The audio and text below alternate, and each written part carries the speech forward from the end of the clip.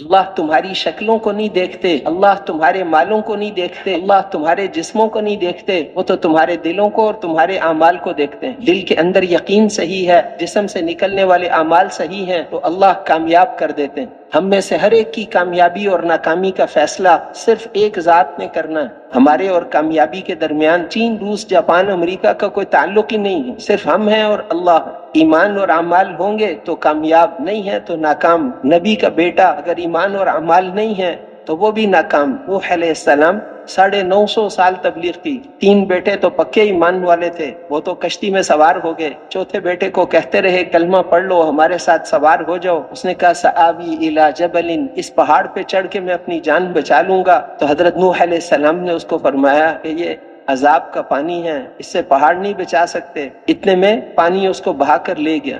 اب نوح علیہ السلام نے دعا کر دی کہ اے اللہ، آپ کا وعدہ تھا تیرے اہل کو بچاؤں گا، گھر والوں کو بچاؤں گا، یہ بھی میرے اہل میں سے ہے۔ ایک جملہ بھی کہہ دیتے کافی تھا، لیکن اللہ نے اس وقت 4 جملے فرمائے۔ یا نوح انہ لیس من اہلک، اے نوح یہ آپ کے اہل میں سے نہیں ہے، انہ عمل غیر صالح، اس کے عمل ٹھیک نہیں ہے۔ پھر آگے بہت سخت جملے کہا کہ ایسی چیز کا سوال نہ کرو جس کا آپ کو پتہ نہیں، ایسا نہ ہو کہ تم بھی ان کے ساتھ ہو جاؤ۔ اب نوح علیہ السلام بہت روئے کہ اللہ معاف کر دے، میں نے آئندہ کبھی دعا نہیں، کیوں دخل دیا ہمارے کام میں۔ قیامت کے دن بھی لوگ ان کے پاس جائیں گے کہ ہماری سفارش کر دو، تو وہ کہیں گے کہ میں نے ایک دعا مانگی تھی بیٹے کے لیے، مجھے تو آج اپنا فکر لگا ہوا ہے آج میری بخشش ہوگی یا نہیں، میں کسی کی سفارش نہیں کر سکتا۔ دعا کیوں مانگی تھی؟ اللہ تو ایمان اور اعمال کو دیکھتے ہیں۔ حجۃ الوداع کے خطبے میں جب اللہ نے آپ کا معجزہ ظاہر کیا، 2 میل دور والا بھی حضور صلی اللہ علیہ وسلم کی آواز کو ویسے ہی سنتا تھا جیسے سامنے والا،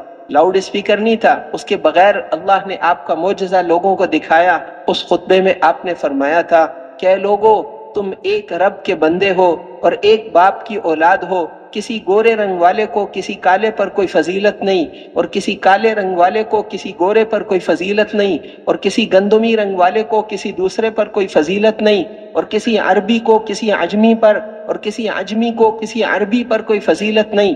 فضیلت تو تقوی والے کے لیے، ان اکرمکم عند اللہ اتقاکم، تم میں سے زیادہ عزت والا وہ ہے جو اللہ سے ڈرنے والا ہے۔ اللہ تمہاری شکلوں کو دیکھ کر فیصلہ نہیں کرتے، وہ تمہارے مالوں کو دیکھ کر فیصلہ نہیں کرتے، وہ تو تمہارے دلوں کو اور تمہارے اعمال کو دیکھتے ہیں۔ 2 نوجوان امتحان دینے آئے، ایک کی شکل بھی اچھی ہے، کپڑے بھی نئے پہنے ہیں، گھڑی بھی نئی پہنی ہے، اینک بھی نئی پہنی ہے، جوتے بھی نئے پہنے ہیں، محنت نہیں کی، اسے جو سوال پوچھو کہتے پتہ نہیں۔ دوسرا نوجوان ہے، اس کی شکل بھی سادہ ہے، اس نے کپڑے بھی سادہ سے پرانے سے، اور لیکن وہ محنتی ہے، جو سوال پوچھو فوراً جواب دیتا ہے۔ تو امتحان میں کامیاب کون ہوگا، جس نے جواب ٹھیک دیا یا جس نے کپڑے اچھے پہنے؟ یہ مطلب ہے حضور صلی اللہ علیہ وسلم کی اس حدیث کا کہ آپ نے ارشاد فرمایا کہ اے لوگو، اللہ تمہاری شکلوں کو دیکھ کر فیصلہ نہیں کریں گے، اللہ تمہارے مالوں کو نہیں دیکھتے، تمہارے جسموں کو نہیں دیکھتے، وہ تو تمہارے دلوں کو اور تمہارے اعمال کو دیکھتے ہیں۔ ہم میں سے ہر ایک نے اللہ کے سامنے پیش ہونا ہے، بچ کر کہیں جا نہیں سکتے،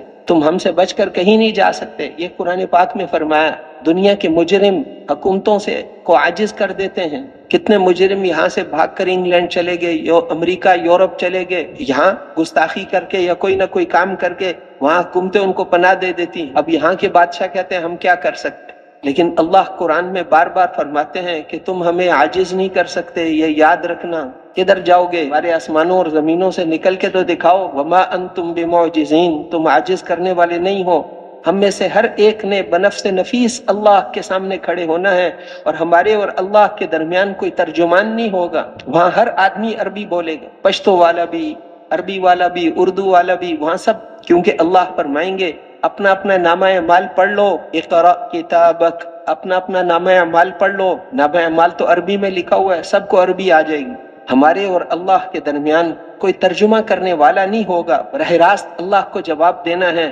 ان وعد اللہ حق، اے لوگو اللہ کے وعدے یقیناً سچے ہیں، یہ دنیا کی زندگی تمہیں دھوکے میں نہ ڈال دے، اور یہ پکا دھوکے باز شیطان تمہیں دھوکے میں نہ ڈال دے۔